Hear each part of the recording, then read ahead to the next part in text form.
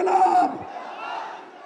11 দলীয় নির্বাচনী ঐক্য সমর্থিত ঢাকা 11 আসনের প্রার্থী ও এনসিপি আহ্বায়ক নাহিদ ইসলামের সমর্থনে বাড্ডা ডিএটি প্রজেক্টের খেলার মাঠে এ নির্বাচনী জনসভা ঘিরে সকাল থেকেই আসনের বিভিন্ন এলাকা থেকে মিছিল নিয়ে সমাবেশস্থলে যোগ দেন নেতাকর্মী ও সমর্থকরা। জনসভায় এনসিপি আহ্বায়ক নাহিদ ইসলাম বলেন, জুলাই গণঅভ্যুত্থান সহ দীর্ঘ 28 বছর ধরে ঢাকা 11 আসনের মানুষ তাকে আশ্রয় ও সমর্থন দিয়েছে। নির্বাচিত হয়ে সেবার মাধ্যমে এলাকাবাসীর ঋণ শোধের সুযোগ চান তিনি। জুলাই গণঅভ্যুত্থানের সময় আমার জীবনের এই 28টি বছর আমাকে আশ্রয় দিয়েছে।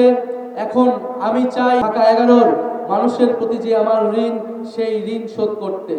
নাহিদ ইসলাম আরো বলেন, 12 ফেব্রুয়ারি ব্যর্থ হলে ব্যর্থ হবে 5 আগস্ট। ঢাকায় 11 আসনের 70% অপরিকল্পিত ড্রেনেজ ব্যবস্থা ঠিক করা সহ ভূমিদস্যুদের সিন্ডিকেট নির্মূলের প্রতিশ্রুতি দেন এ জুলাই যোদ্ধা। 12 ফেব্রুয়ারি যদি ব্যর্থ হয়, 5 আগস্ট ব্যর্থ হয়ে যাবে। ইনশাআল্লাহ আমরা 5 আগস্ট যেভাবে সফল করেছি, 12 ফেব্রুয়ারিকেও সফল করব। এই অঞ্চলের নাগরিক সুবিধা আমরা নিশ্চিত করব। ভিগো ওয়্যার কার্ড প্রয়োজন মতো বাঁকানো যায়, অধিক চাপেও ভাঙে না। ভিগো। যে সকল মানুষ ভূমি হারিয়েছে তাদের ভূমি আমরা ফিরিয়ে দেওয়ার ব্যবস্থা করব। এই ভূমিদস্যুদের সিন্ডিকেট ঢাকা 11 থেকে আমরা চিরতরে নির্মূল করব ইনশাআল্লাহ।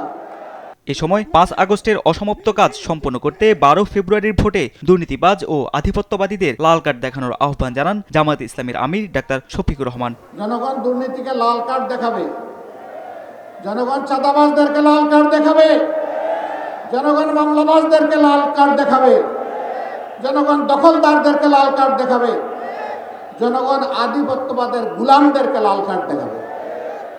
ক্ষমতায় গেলে প্রতি বছর এমপিদের পরিবার সহ নিজের সম্পদের হিসাব জনগণের সামনে তুলে ধরার অঙ্গীকার করেন জামাত আমির। এদেশের মালিক হব না, জনগণের সেবক হব।